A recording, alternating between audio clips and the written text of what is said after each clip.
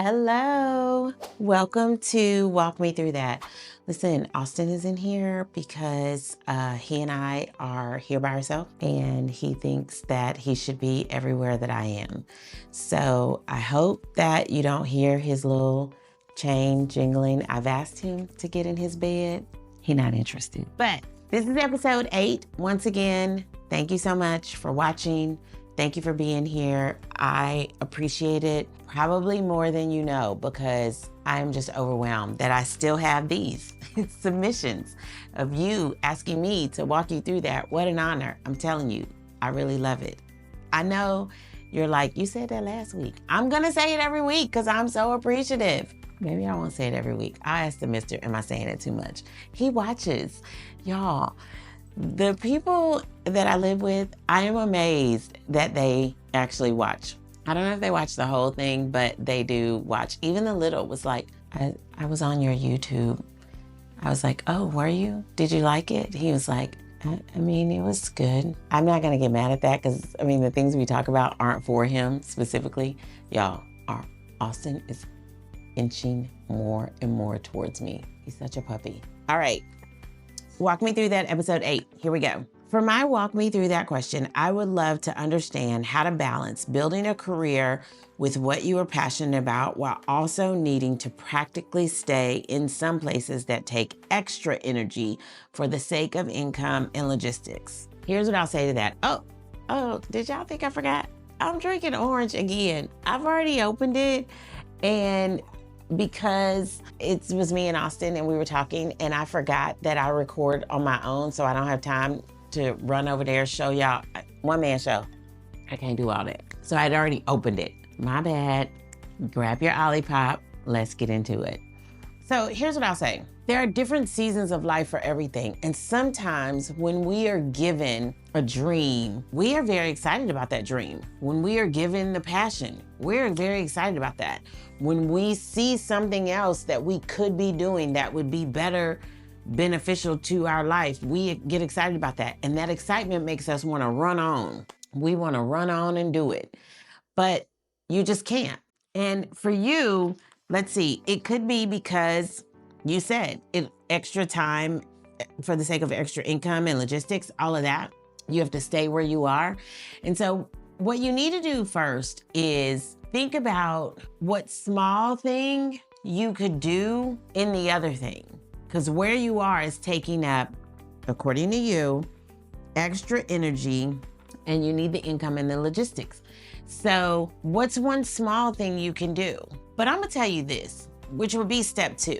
Pray about, is this the season for that? Because when I hear extra energy and logistics, I think you may be on team too much. And this may not be the season for you to be doing the thing that you really want to do. Let's sidebar for story time.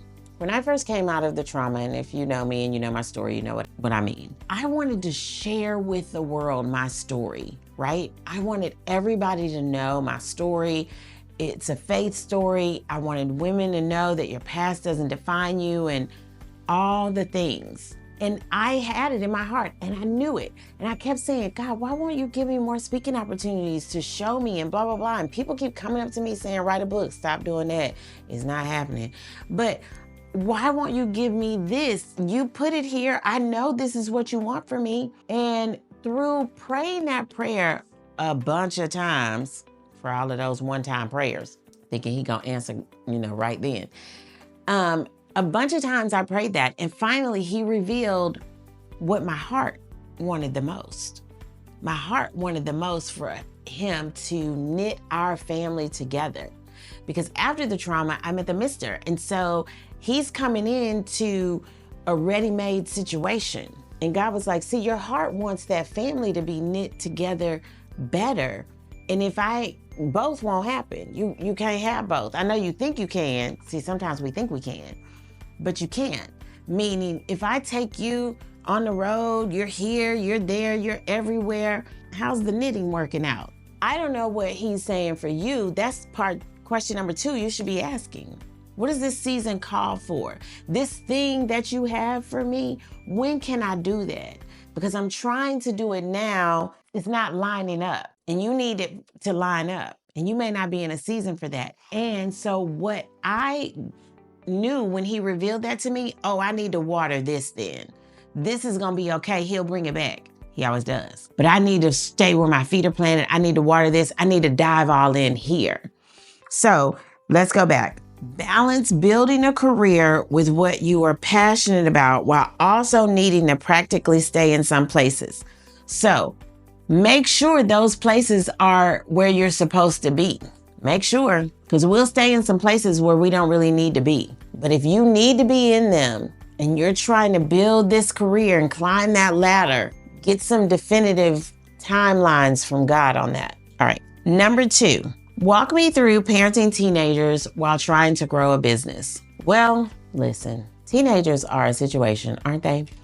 But what I will say is this. If you did what you were supposed to do in the elementary school days, in the middle school days, when we get to this high school days, you should be good to grow that business, because your hand and your hold and all of that shouldn't be so tight, because you should have laid a good foundation. You got to trust in that foundation that you laid. You got to start opening your hand more and loosening that grip and allowing them to make wise decisions, and then showing them how that decision was not wise. So what should we have done? Let's do that next time.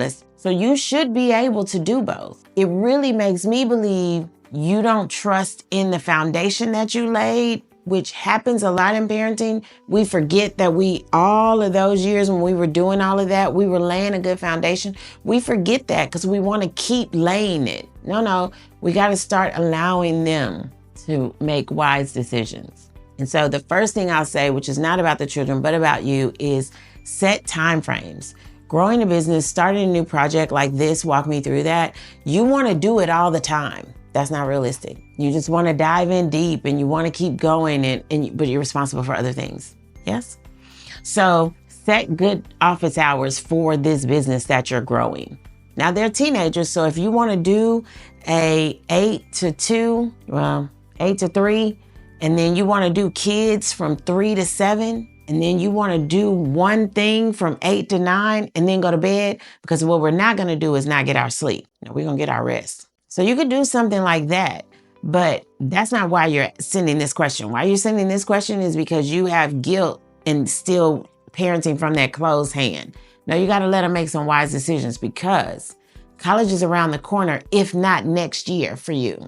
And what you don't want to do is not let college happen, or let them go to college with that still closed hand. Then you're going to be doing more when you should be doing less, because you didn't give them the opportunity to make wise decisions while you were still readily available, close, right? That's good.